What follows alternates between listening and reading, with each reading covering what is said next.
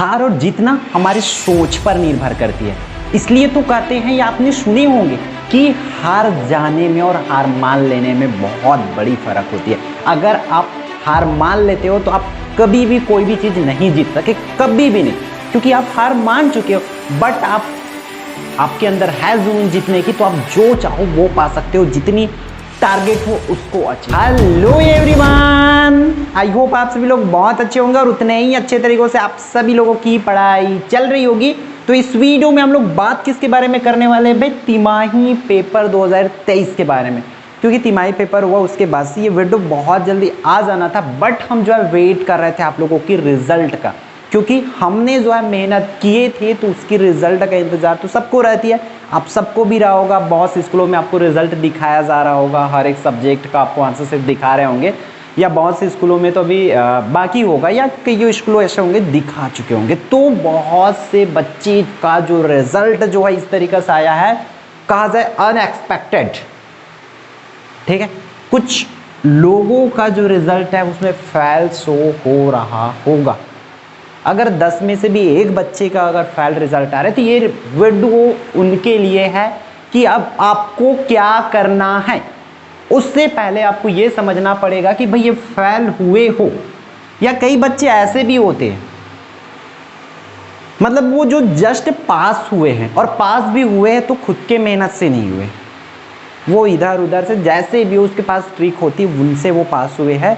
या कुछ बच्चे ऐसे होते बोल सकते जो टॉपर टाइप के बच्चे, जिनको अगर उनको टारगेट रहता है 40 प्लस आ जाए करके, बट आती उससे लो है, कम है, तो वो भी अपने आप को फेल मानते हैं। तो ये उन सभी बच्चों के लिए वीडियो जो है तो आप लोग बहुत ध्यान से अंत तक देखना और चीज़ों को समझना, क्योंकि अब अगर नहीं समझे, इस वीडियो को पूरा नहीं देखे, तो समझो आपकी जो बोल सकते लेवल है वो गिर सकती है या गिरने वाली है।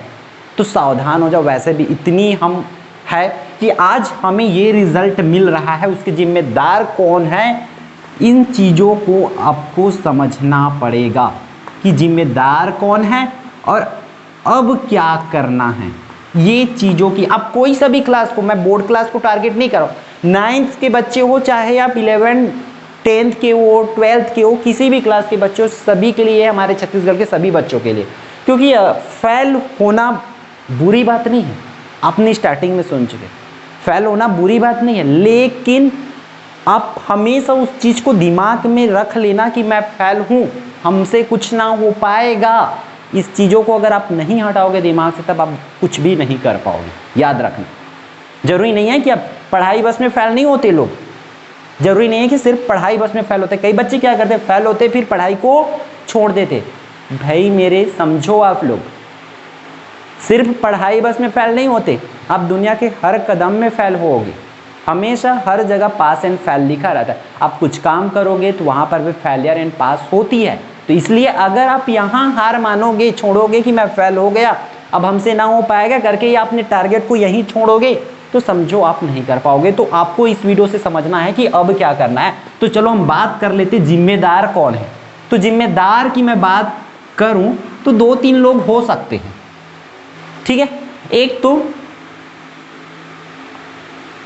खुद, मतलब आप, सबसे पहले जिम्मेदार तो आप हो। हालांकि मैं उसको नीचे में लिखा हूं, लेकिन सबसे पहले जिम्मेदार आप खुद हो। आप फेल हो तो इसके जिम्मेदार, इस चीज को आपको एक्सेप्ट करना पड़ेगा। ठीक है, बाद में देखेंगे कि फेल होने के कारण क्या हो सकते हैं, कारण को अपन बाद में देखेंगे। फिर अब क्या करना है, इन चीजों को तो समझेंगे। तो देखो, आप जिम्मेदार, आप फेल हो तो आप खुद हो। ऐसा क्यों बोल रहा हूं भाई आपको पहले से पता था पेपर है, और अब आपको मैं स्टार्टिंग वीडियो से ही बता के रखा हूं, भाई आप 9th में जा रहे हो, 10th में जा रहे हो, तो पढ़ो, एग्जाम्स होंगे और एग्जाम्स आपको दिलाना ही है। तो बहुत से बच्चों के मन में तो ये रहते एग्जाम्स के लिए उतना वो नहीं रहते, अरे पढ़ लेंगे पढ़ लेंगे पढ़ लेंगे। कुछ बेसिक चीजें होती है वो करके रखो ना भैया।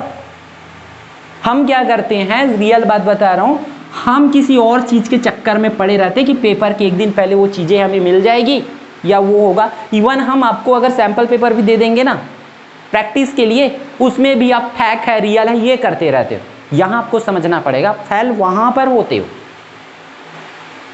इवन हम स्टार्टिंग में बता देते बेटा ये सैंपल पेपर है, भाई ये सैंपल पेपर है, बहन ये सैंपल पेपर है, लेकिन नहीं, आप तो वो हो जो हमें सजेस्ट देने लगते हो, अगर आप रियल नहीं दे सकते तो वीडियो ही मत बनाओ बोलते। कई बच्चे ऐसे बोले हैं मुझे इस बार, भाई तो पेपर लेने का ही क्या मतलब होगा फिर, अगर आपको वही क्वेश्चंस कोरस दे पहले से, तो क्या मतलब रह जाएगा पेपर का।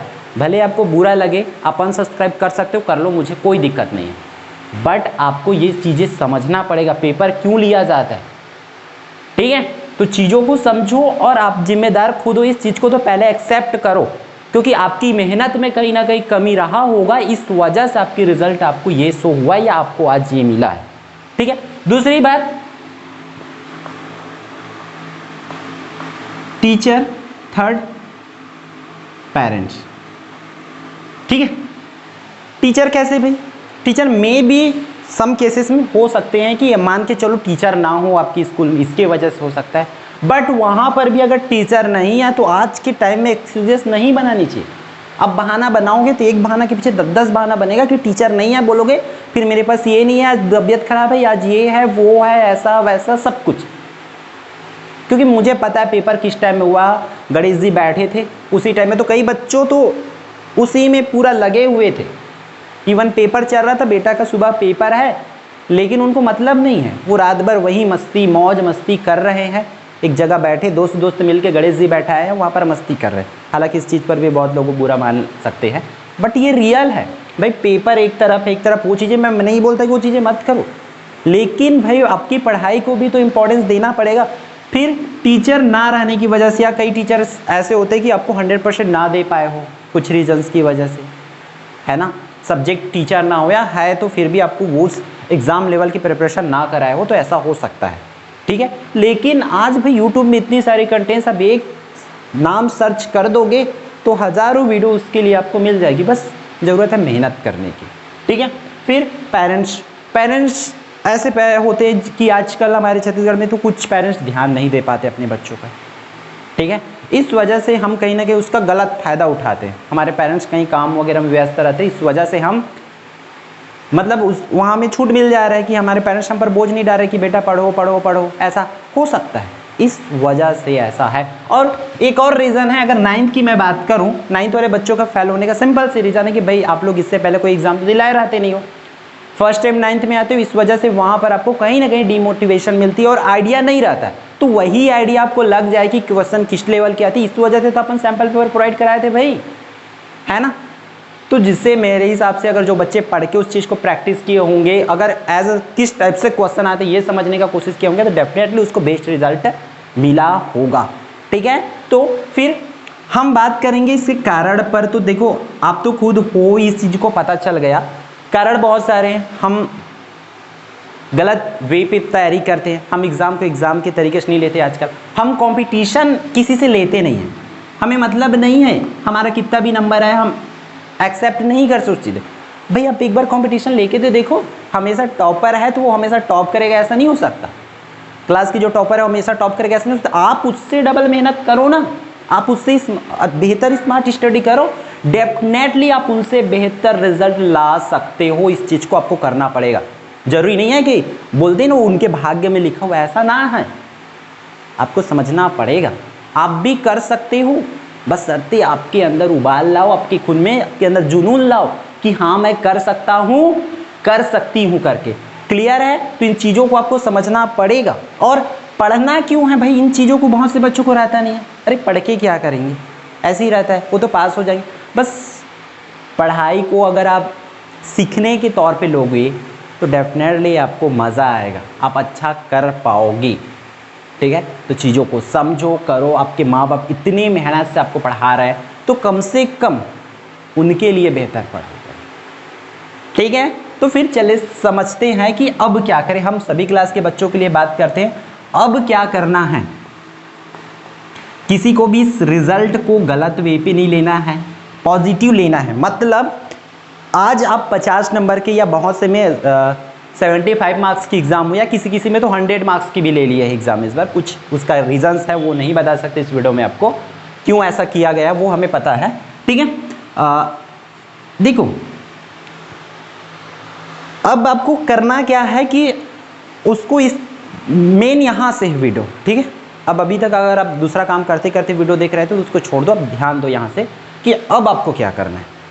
अब आपको जो रिजल्ट आया है आपका, जितना भी हो, 50 में कुछ भी मार्क्स आ सकते हैं, आपका 35 आएगा, 25 आएगा, इवन 5 मार्क्स भी आएंगे, कोई दिक्कत नहीं, एक्सेप्ट करो। और आज ही अपने आप से प्रॉमिस करो इस वीडियो से कि मैं अपने आप को बेहतर बनाने के लिए, या उससे आज 5 मार्क्स आया है, कल आज ऐसा वाला मुझे 5 मिला है, कल को भी एग्ज़ाम हुआ तो मैं ऐसा वाला नंबर लेके आऊँगा। अगर आप अपने आप में परिवर्तन लाओगे तो आपका मार्क्स भी डेफिनेटली परिवर्तित होगा। अगर 0.5 मिला है तो कल को अगर मेहनत करोगे तो 5 जरूर मिलेगा। याद रखना, 50 आपको जरूर मिलेगा। बस आपको शर्त है, आपको ज़रूरत किसकी है, ठान लेने की, क्योंकि मान लो तो हार और ठान लो तो जीत। इस चीज़ों को आपको समझना पड़ेगा, ठीक है। तो क्या की ज़रूरत है आपको, सबसे पहले ठान लेना है, करना है। सबसे पहले तो एक्सेप्ट करोगे इसको, और दूसरा चीज़ क्या करोगे कि अब मुझे इससे बेहतर करना है, ये करोगे तो अब आपको ये रिजल्ट जरूर मिलेगा, ठीक। फिर अब आपको क्या करना है, अभी आपको पता है कि नेक्स्ट एग्ज़ाम आपका क्या होगा, 6माही पेपर होगा, आपके अर्धवार्षिक पेपर होगा, है ना। तो अर्धवार्षिक पेपर के लिए क्या करोगे कि अभी से आपको पता है कि लगभग 12-15 चैप्टर्स मान के चलो सभी सब्जेक्ट का, है ना। मतलब आपका 70 to 80% सिलेबस आती है, तो उतने सिलेबस को 80% सिलेबस को मान के लो। लगभग हमारे एग्ज़ाम कब होगा, नवंबर के लास्ट में होगा, ठीक है, नवंबर के एंड में, ठीक है, वो आपकी एग्ज़ाम होगा। तो इन चीज़ों को आप समझते चलो, नवंबर एंड में आपका एग्ज़ाम होगी, ठीक है। उसमें आपका जो है 50 मार्क्स की नहीं आएगी, ठीक है। उसमें जो है आपका पेपर होगा भाई सीधा 75 मार्क्स का 9th और 10th में, और 80 मार्क्स का आपके 70 अगर जिसमें, तो वो 80 मार्क्स क्या हो जाएगा, कौन से क्लास में, आपके 12th क्लास में, 11th क्लास में। उस तरीके से मार्क्स में आपको पूछे जाएंगे, तो उन चीज़ों को समझना है। और अभी से उसके लिए जो चीज़ें आती है लग जाओ। ईमानदारी जितना अपने आप पे दिखाओगे उतना बेहतर रिजल्ट आपको मिलेगा। तो आप ईमानदार बनो अपने लिए, ठीक है। दूसरों को दिखाने के लिए ईमानदार नहीं, आप खुद के लिए ईमानदार बनो और ईमानदारी के साथ मेहनत करो, ठीक है। तो फिर हम नेक्स्ट पर आते हैं। उसी चीज़ पर आपको एक टारगेट सेट करना है कि हाँ भाई मुझे उस बार उतना मिला था, कोई दिक्कत नहीं, आपके मेहनत का फल है। पॉजिटिव नंबर तो है ना, माइनस में तो नंबर नहीं आया, प्लस में ही आया ना। उस चीज़ों को समझ गए। अब मुझे उन चीज़ों को उलटफेर करना है, करके आप अच्छा करो। डेफिनेटली देखना, बहुत से बच्चे लोग तो ये बोलते हैं, जैसे कि 10th या 12th की बात करें तो वो तो मार्कशीट में जुड़ती नहीं है, क्या ही करेंगे पढ़ के, ये ध्यान में रहता है। सच्चा है ना। और भाई इन चीज़ों को याद रखना, वो आपके 10th और 12th वाले लोग स्पेशली सुनना, मार्कशीट में जुड़े या ना जुड़े, आपके कहीं ना कहीं वो आपके मेहनत को, आपकी हिम्मत को जरूर दिखा देता है एग्ज़ाम, कि आप कितने हद तक पढ़ सकते हो, कितना हद तक मेहनत कर सकते हो। इन चीज़ों को समझो।